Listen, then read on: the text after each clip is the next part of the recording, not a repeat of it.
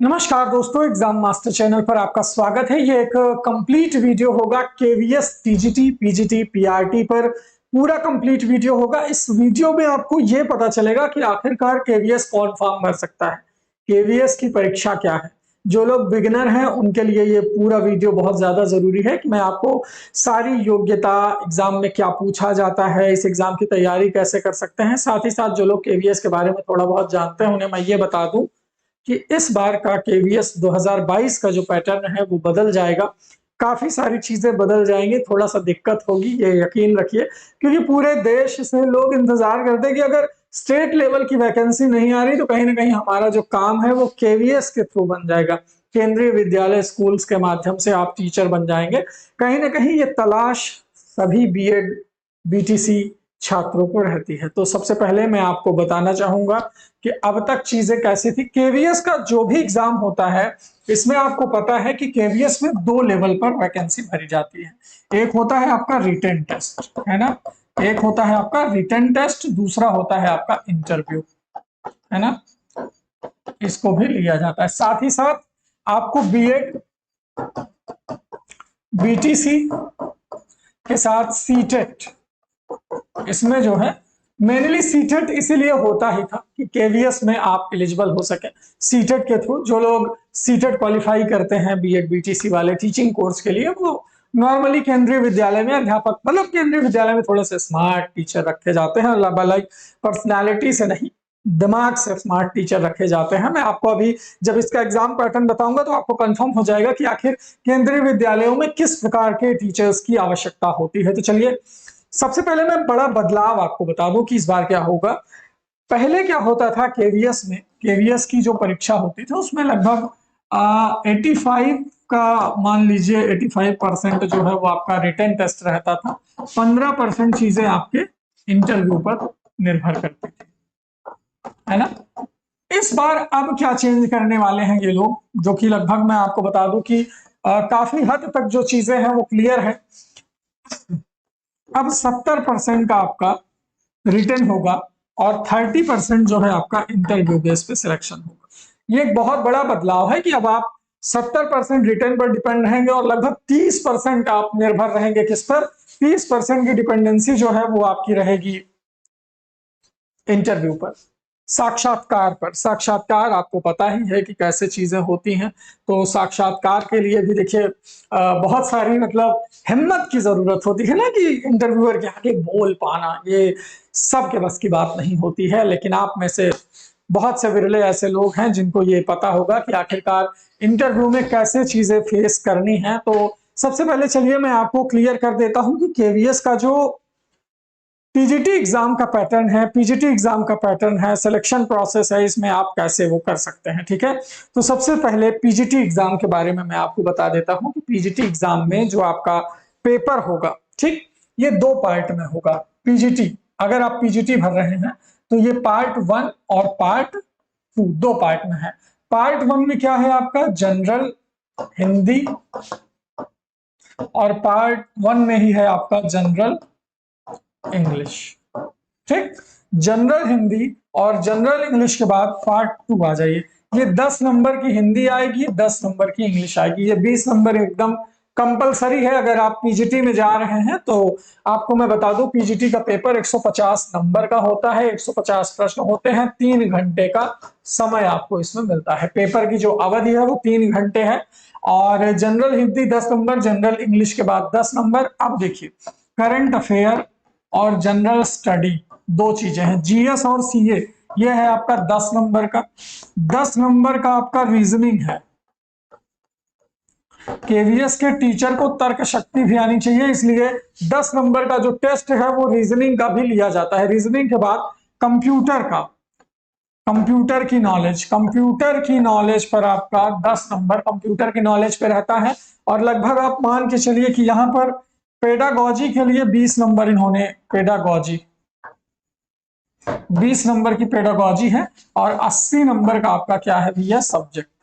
ये आपका टोटल जोड़ लीजिए 150 क्वेश्चन हो गया।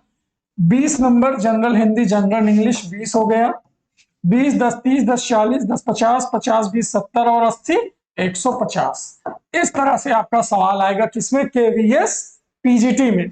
फिर आपको ये रिटर्न है, ये केवीएस का रिटर्न है। इसके रिटर्न को क्वालिफाई करने के बाद आपको एक छोटा सा इंटरव्यू में बैठना है। अब मैं आपको बताता हूं कि केवीएस टीजीटी में क्या होता है। केवीएस टीजीटी में क्या होता है, सेम आ जाइए। केवीएस टीजीटी में भी जनरल हिंदी ये आपका 10 नंबर, जनरल इंग्लिश ये भी आपका 10 नंबर है ना। ये 20 नंबर एकदम कॉमन है कि आप केंद्रीय विद्यालय में कहीं भी टीचर बने, आपको हिंदी और अंग्रेजी तो कॉमन, मतलब ये प्राइमरी लैंग्वेज है जो आपको पता होना चाहिए।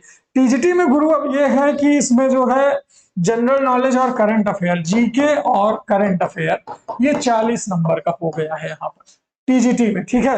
केवीएस टीजीटी का अगर आप देखेंगे तो ये 40 नंबर का है, ठीक। और रीजनिंग एबिलिटी अगर आप देखेंगे, रीजनिंग ये भी आपका 40 नंबर का है। रीजनिंग कितने नंबर का है, 40 नंबर का है। और कंप्यूटर जो है, इसमें कंप्यूटर 10 नंबर का है। और पेडागोजी, पेडागोजी आपका 40 नंबर का है। यानी इसमें टीजीटी में आपको सब्जेक्ट कंसर्न नहीं देखने को मिलती है। टोटल जोड़ लीजिए 40 40 80, 4 12 120 और ये 30 नंबर, टोटल 150 नंबर हो गया आपका टीजीटी एग्जाम का। अब आइए पीआरटी एग्जाम पैटर्न को जरा देख लेते हैं, समझ लेते हैं। केवीएस पीआरटी में आपको कैसे परीक्षा देनी है। केवीएस पीआरटी जिसमें आप बीएड बीटीसी दोनों लोग एलिजिबल रहते हैं, सीटेट पास वाले।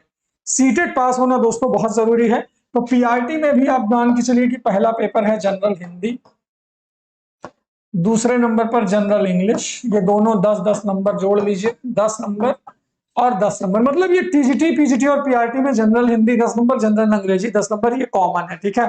अब देखिए जनरल नॉलेज यानी जीके और करंट अफेयर, ये आपका 10 नंबर का है। जनरल नॉलेज और करंट अफेयर हो गया आपका 10 नंबर का। रीजनिंग हो गई, रीजनिंग 10 नंबर की आपकी रीजनिंग हो गई इसमें, ठीक है। कंप्यूटर भी आपका जो है इसमें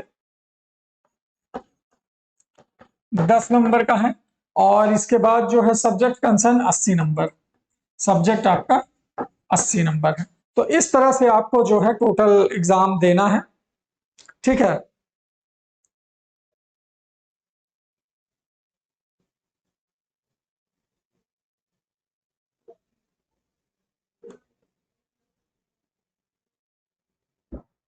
चलिए, तो आप में से बहुत सारे लोग इंटरेस्टेड रहते हैं केवीएस के एग्जाम के लिए। कुल मिलाकर के बात घूम फिर के वही है, चाहे टीजीटी लेवल का हो, पीजीटी लेवल का हो, पीआरटी लेवल का हो, एक बड़े बदलाव के साथ केवीएस का जो फॉर्म है वो पूरे देश से आप कहीं से भर सकते हैं, है ना।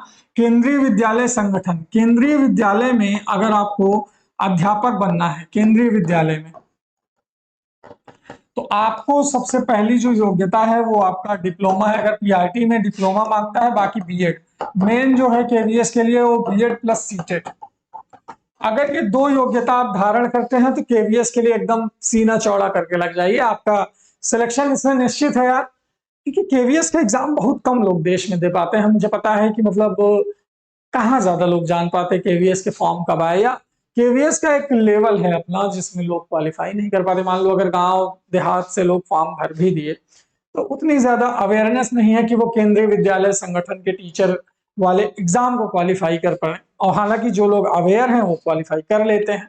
हालांकि इसमें जो कंपटीशन है वो है एक लेवल का कंपटीशन है, मतलब जितने लोग फॉर्म भरते हैं उनमें एक लेवल का कंपटीशन रहता है। जो लोग कंपटीशन से बाहर वाले हैं वो ज्यादातर केवीएस का फॉर्म ही नहीं डालते हैं। ये जान लीजिए कि वो केवीएस में कोशिश ही नहीं करते हैं। इसके फॉर्म में ये एक है, जैसे अब प्राइमरी सुपर टेट आ जाए यूपी में तो देखो फॉर्म की किस तरह भरमार हो जाती है। लेकिन केंद्रीय विद्यालय संगठन में ऐसा नहीं, बहुत कम बीएड वाले हैं, मतलब जो बीएड उस तरह से कर लेते हैं वो केवीएस में नहीं जाना चाहते हैं। मतलब उन्हें लगता है कि नहीं हमारे बस की बात ही नहीं है कि हम पहले रिटर्न एग्जाम दें या इंटरव्यू दें। मैं मतलब बुराई नहीं कर रहा हूं, मैं एक रेशियो बता रहा हूं कि केवीएस में जो छटनी वाले लोग होते हैं, मतलब जो यूपी टेट भी बड़ा मुश्किल से पास कर पाए, तो ये थोड़ा सा मतलब जो है नहीं कर पाते हैं चीजें, ठीक है। तो आशा करता हूं कि केवीएस एग्जाम के बारे में मैंने ठीक तरह से आपको बता दिया है। टीजीटी पीजीटी सब्जेक्ट कंसर्न पर है और पीआरटी वाला जो है वो कंबाइंड पेडागोजी पर है।